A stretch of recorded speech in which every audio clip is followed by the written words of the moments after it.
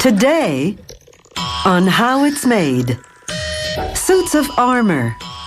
Working the night shift. Street light poles. We shed some light on how they're produced. Bent hardwood. We'll visit a factory that doesn't give you the straight goods. Membrane switches. The secret behind those appliance touchpads. If you're the type of guy who finds wearing a tie uncomfortable, try sporting a suit of armor. Armor reached its peak during the battlefield 15th century. Initially, it was made of chainmail, tiny rings of metal linked together. Then, for greater protection, knights began wearing plate armor, suits made from large pieces of steel.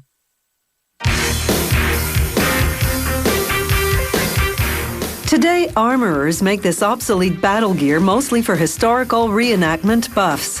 This workshop specializes in custom-made suits of armor.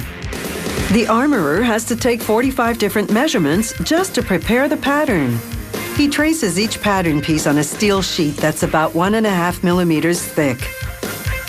Then he cuts along the trace line with a bandsaw. This is the breastplate, which covers the chest and abdomen. Now he begins to shape the piece using an automatic hammer. There's no mold or template to guide him. He works strictly by eye.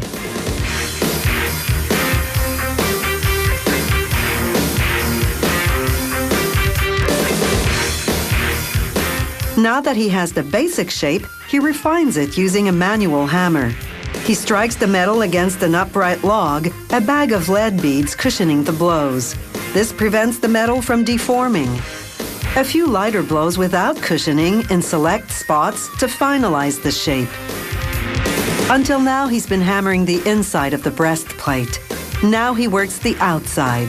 He smooths the metal surface, a process known as planishing.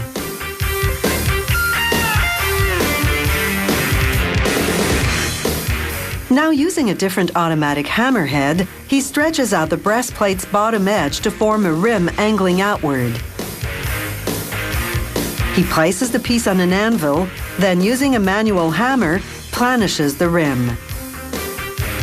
When you wear this heavy metal breastplate, the rim takes some of the weight off your shoulders by distributing it over your hips.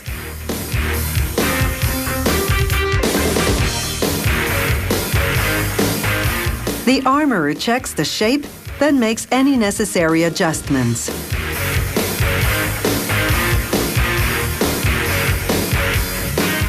Now, using several different hammers again, he works his way around the rest of the breastplate, gradually rolling the edge onto itself to form a rounded lip.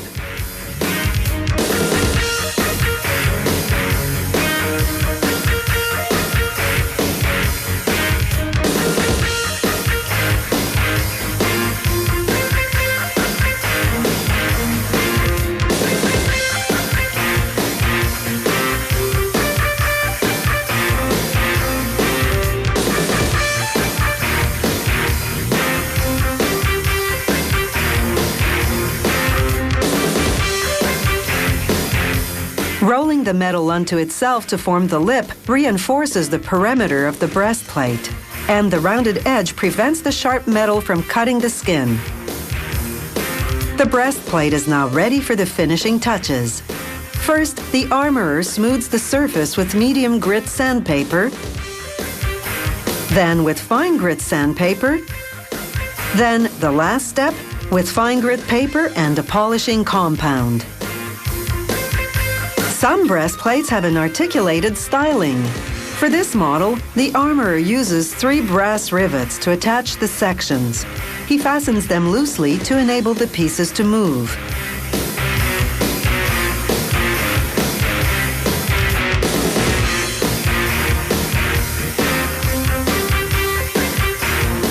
Then, using rivets again, he attaches leather straps. A suit of armor is made up of about 20 different components, such as the front and back shin guards, called greaves, armor and leather gloves, called gauntlets, shoulder pieces, called pauldrons, and of course, the helmet and visor. A knight would don his suit of armor from the bottom up. Otherwise, the weight of the top components would have him keeling over half-dressed. In the Middle Ages, a suit of armor cost as much as a small farm. It was a prized luxury only the nobility could afford. Being a modern-day knight in shining armor doesn't come cheap either. A base model suit costs about $3,000. An elaborate one, up to $20,000.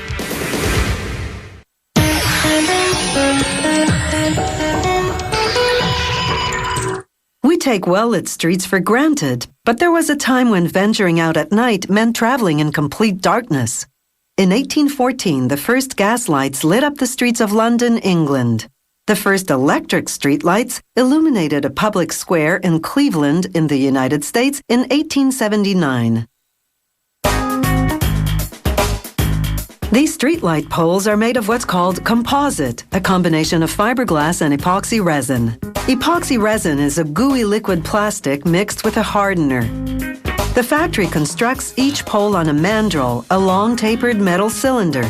Workers first lubricate the surface. Then they take what's called fiberglass filament, a string composed of 2,200 tiny fiberglass strands. They'll wind dozens of filaments around the mandrel to create the pole. But first, the filaments go through a bath of epoxy resin. This resin is moldable, and once it's heat-cured, maintains its shape.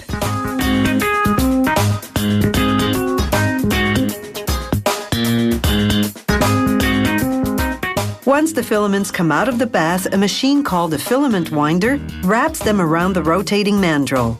The speed of rotation in relation to the speed of the winder is critical because it dictates the angle of the fibers. The lower the angle, the more that part of the pole will be able to withstand the wind and provide constant, stable lighting. When a pole bends in the wind, the light appears to flicker.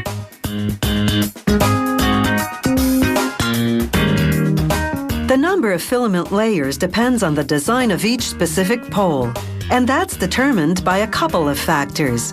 First, the type of light fixture the pole will hold. The bigger the fixture, the stiffer the pole has to be. The other factor is wind. The windier the location, the stronger the pole has to be. Once the winding's done, the mandrel moves on to the curing station. They pump pressurized steam into the hollow inside of the mandrel. The heat kickstarts the hardener in the epoxy resin. This solidifies the resin and cures it. The mandrel rotates so that the pole cures evenly. Curing time depends on the length of the pole and how many filaments it's made of.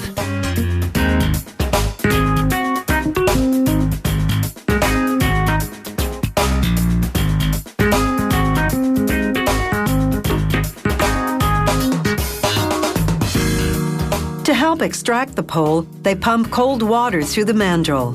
This makes the steel mandrel contract, loosening the pole. Remember how workers lubricated the surface of the mandrel before winding the filaments? Because of that, the pole just slides off.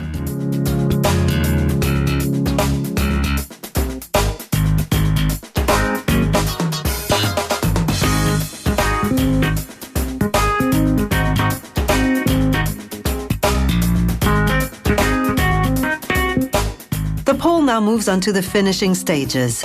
First, an automated sander works the surface. The customer can order from a choice of surface textures, from smooth to rough. Sanding takes just a few minutes. Now a saw makes a neat cut at the top of the pole where the metal tenon will go. A tenon is the component that'll hold the light fixture to the pole. This particular model has an arched mounting arm. The composite has cooled a bit since curing, so they reheat it to make it flexible. After a bending machine makes the curve, they spray cold water inside to cool the material. This registers the curve in the resin's memory, setting the bent shape.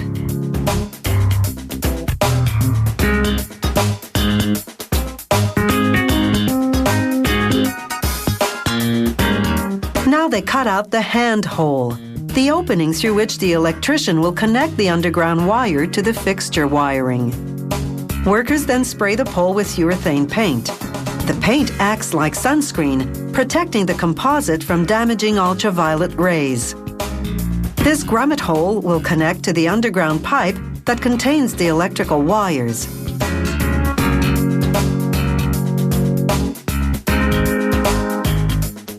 After installing a cover over the handhole, it's time to assemble the parts.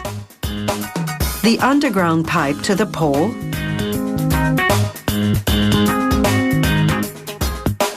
and the pole to the tenon and light fixture.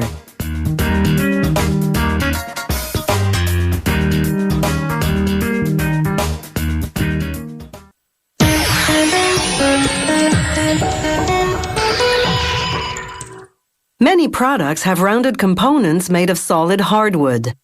Often the companies that make these products hire factories that specialize in wood bending to prepare these components for them. Bending wood may sound simple, but it isn't. It takes a lot of preparation and skill to bend wood without cracking it. The best type of wood to bend is hardwood. Its fibers react better to heat and moisture than softwood fibers do and therefore curve nicely. If you bend softwood, it wrinkles. The wood first goes into an outdoor dryer to bring its humidity level down to between 15 and 20%. This prevents the wood from expanding and contracting after it's bent. This air drying process takes up to a week. Once the wood is dry, a powerful trimmer saws the pieces to the required length, an edger to the required width.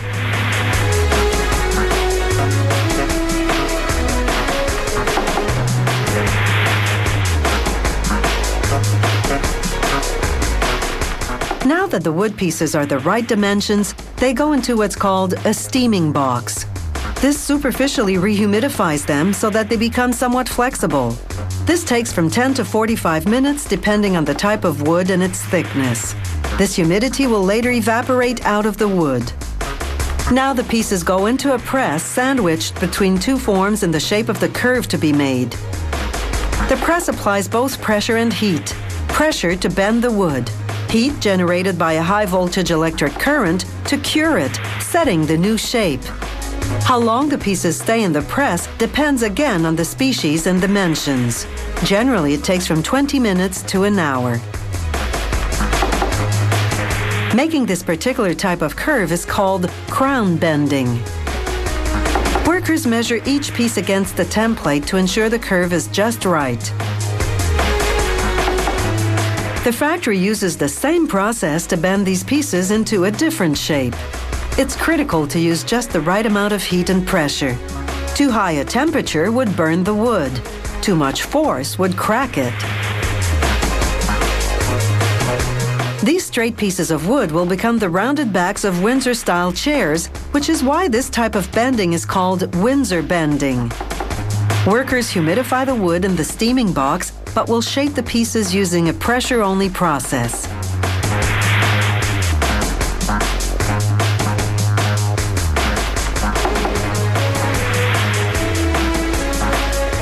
They mount what's called a bending mold onto a hydraulic press. This machine uses just pressure to bend the wood around the mold. No heat this time to immediately set the shape. Instead, once the press curves the pieces, workers hook up a chain to temporarily hold the shape.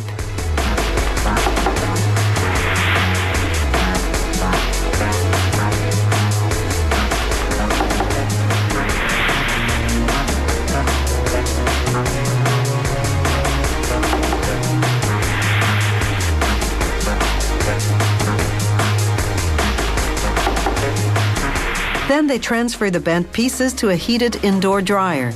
The drying process takes between 2 days and 2 weeks, depending as before on the type of wood and the dimensions. Once the wood dries out, the curve is permanent. There are many wooden products that require bent components. This wheel for a horse-drawn carriage, for example. Back to the Windsor chairs now. A dowel machine rounds off the bent pieces.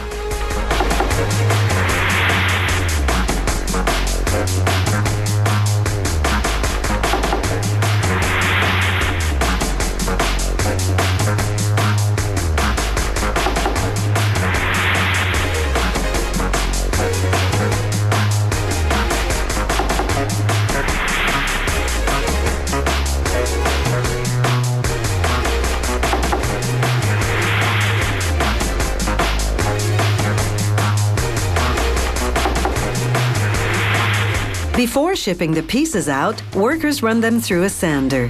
This prepares them for the furniture factories who'll varnish or stain and varnish them. Upon receiving these chair backs, the furniture factories will assemble them to the straight parts of the Windsor chairs.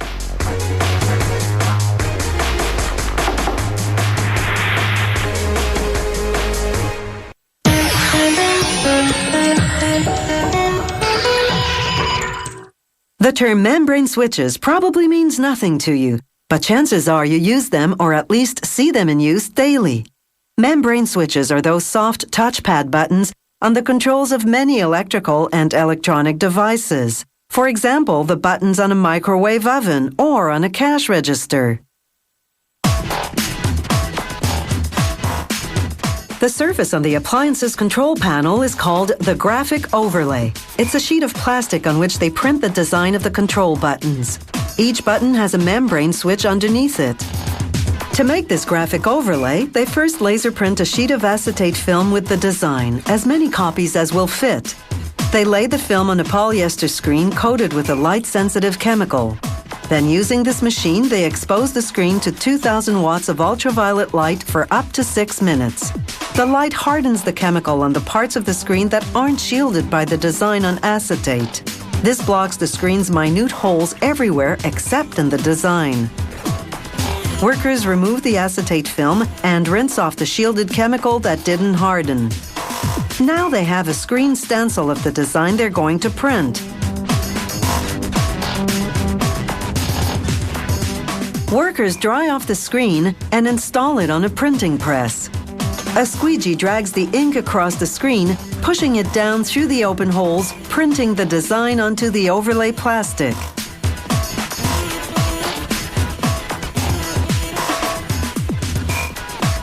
Ultraviolet lamps cure the ink in a matter of seconds. Each color of the design goes on separately. That means that there isn't one printing screen for the entire graphic overlay, but rather a separate screen for each color.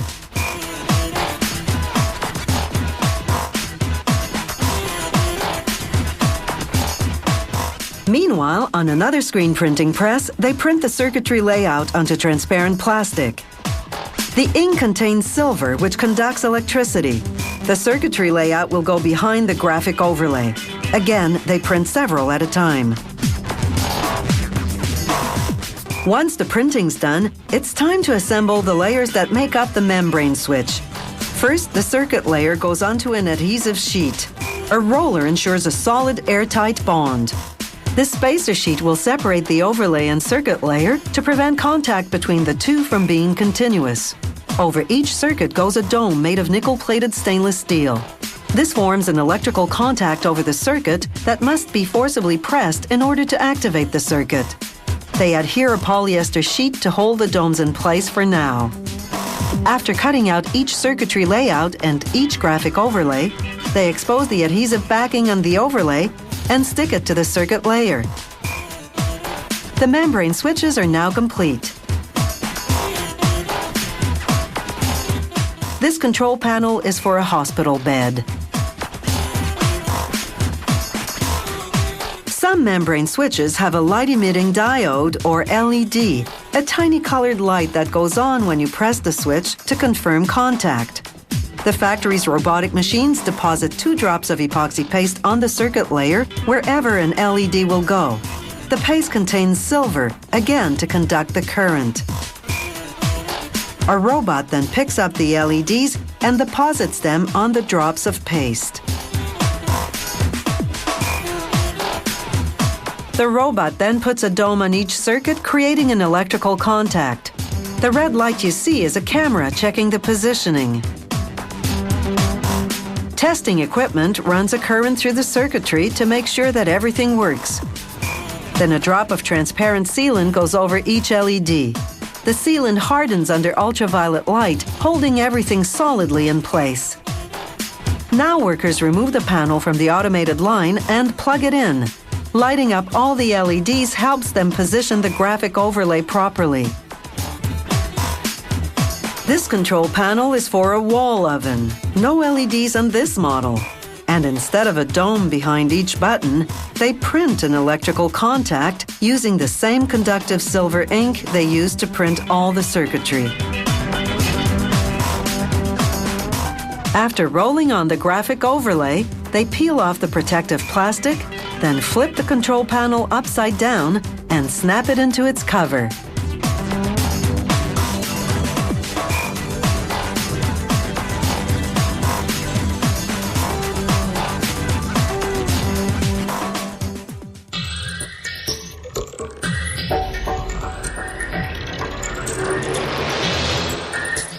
If you have any comments about the show, or if you'd like to suggest topics for future shows, drop us a line at www.howitismade.net.